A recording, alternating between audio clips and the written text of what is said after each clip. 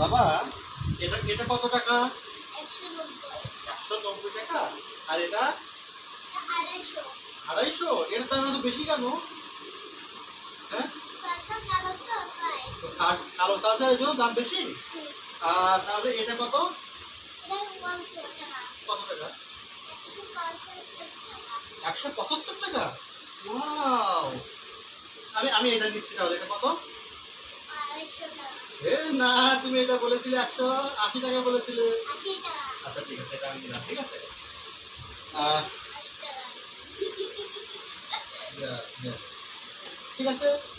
দেখুন, রাফির একটা দোকান দিয়েছে। এখানে হেডফোন পাওয়া যায়, চার্জার পাওয়া যায়, চার্জের রিং পাওয়া যায়, আরো কত কি পাওয়া যায়। এই ব্যাগের ভিতরে অনেক কিছু আছে। এই যে খেলনাও পাওয়া যায়। ঠিক আছে, রাফি নাম, এই যে বিল করা খেলা। তারপরে এটা হচ্ছে আমাদের দেয়ালে যে আমরা হ্যাঙ্গার ঝোলাই, যে হ্যাঙ্গারও পাওয়া যায়। ঠিক আছে।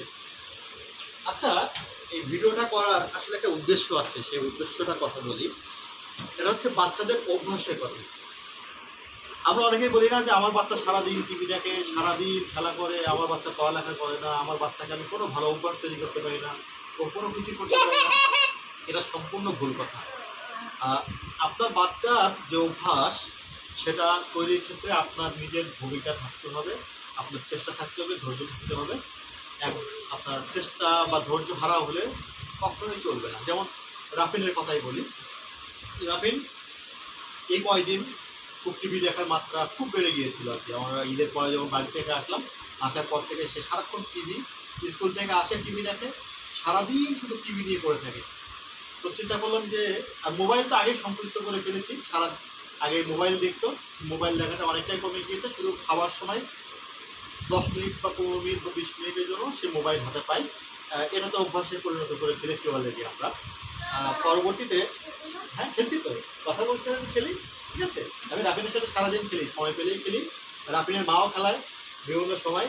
এখন ও বিভিন্ন খেলনা নিয়ে খেলাধুলা করে। আর যেটা বলছিলাম যে টিভি দেখার কথা, আগে যেহেতু মোবাইলটা ব্যাপারে আমরা অনেক সচেতন হয়ে তাকে মোবাইলটা কমিয়ে ফেলেছি দেখা।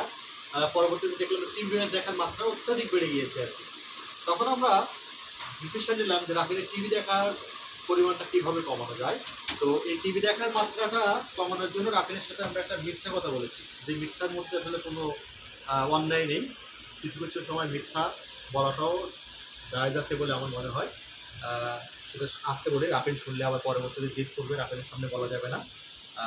রাফিনের মা রাফিনকে বললো যে বাবা, টিভি নষ্ট হয়ে গেছে, টিভি দেখা যাবে না, এটা বাবা ঠিক করে নিয়ে আসবে, তারপর দেখা যাবে। কিন্তু আদৌ তো টিভি নষ্ট হয়নি, টিভি ঠিকই আছে।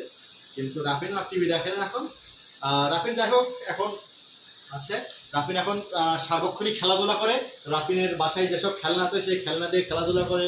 রাফিন একটা দোকান দিয়েছে, সেই দোকান থেকে মাঝে মাঝে ওর মামার কাছে বিক্রি করে, আমার কাছে বিক্রি করে। আরও রাফিনের কী কী গাড়ি আছে একটু দেখাই। এই যে রাফিনের একটা পুলিশ গাড়ি আছে, সেই পুলিশ গাড়িটা রাফিন চালায়। এভাবে শব্দ হয়, শব্দ হবে। ওই, ও, ও, ও, ও, ও, ও, ও, ও, এই পুলিশ ধরতে আসছে আমাদেরকে। ইয়েস, এটা রাফিনের পুলিশ গাড়ি। ঠিক আছে, রাফিনের পুলিশ গাড়িটা দিয়ে খেলা করে। তারপরে আসেন একটু, আমরা রাফিনের এখানে একটা স্পাইডারম্যান আছে। এই যে রাফিনে স্পাইডারম্যান নিয়ে খেলা করে, স্পাইডারম্যানের সাথে ঘুমায়, এবং রাফিন স্পাইডারম্যান সুলভ একটা আচরণ, রাফিন স্পাইডারম্যান হবে এরকম একটা ভাব তার। এরপরে তার অসংখ্য খেলনা আছে, সেই খেলনাগুলো দিয়ে সে খেলা করে। আসলে কিন্তু এই যে টিভি দেখছেন, টিভিটা একটু দেখাই। এই যে টিভিটা, এই টিভিটা আসলে নষ্ট হয়ে গেছে বাবা, তাই না? বাবা ঠিক করাবে, তারপর দেখবে তুমি। এতদিন আর টিভি দেখো নি তুমি? খারাপ লাগছে তোমার টিভি দেখ? না, তো তুমি টিভি দেখতে না পেরে কি তোমার খারাপ লাগছে? হ্যাঁ, কত খারাপ লাগছে? মাঝে মাঝে একটু দেখলে ভালো হবে। বেশি দেখলে কিন্তু আবার নষ্ট হয়ে যাবে, তাহলে ঠিক করে এনে দেবো। অল্প দেখবে তো, বেশি দেখবে না তো? ঠিক আছে। যাই হোক, রাবিন বলেছে যে সে আর বেশি টিভি দেখবে না। ঠিক, যদি আমি টিভি ঠিক করে এনে দিই তাহলে সে অল্প অল্প টিভি দেখবে। ঠিক আছে, তো আমি রাবিনের টিভি ঠিক করে এনে দেবো কালকে। রাবিন অল্প অল্প টিভি দেখবে। আবার যদি বেশি দেখে তাহলে আবার নষ্ট হয়ে যাবে, তখন আর কখনোই ঠিক হবে না এটা। ঠিক আছে ভাই, ঠিক আছে। সবাই ভালো থাকুন, আপনার বাচ্চার উপর আস্থা রাখুন, বাচ্চাকে সুন্দর অভ্যাস তৈরি করুন। আশা করি আপনার বাচ্চা ভালো হবে, বাচ্চা ভালো হবে এবং বাচ্চা ভালো থাকবে। ভালো অভ্যাস তৈরি প্রত্যেকের বাচ্চা, সেই প্রত্যাশা আজ এই পর্যন্ত। আল্লাহ হাফেজ। বাবা বাই বলে দাও সবাইকে।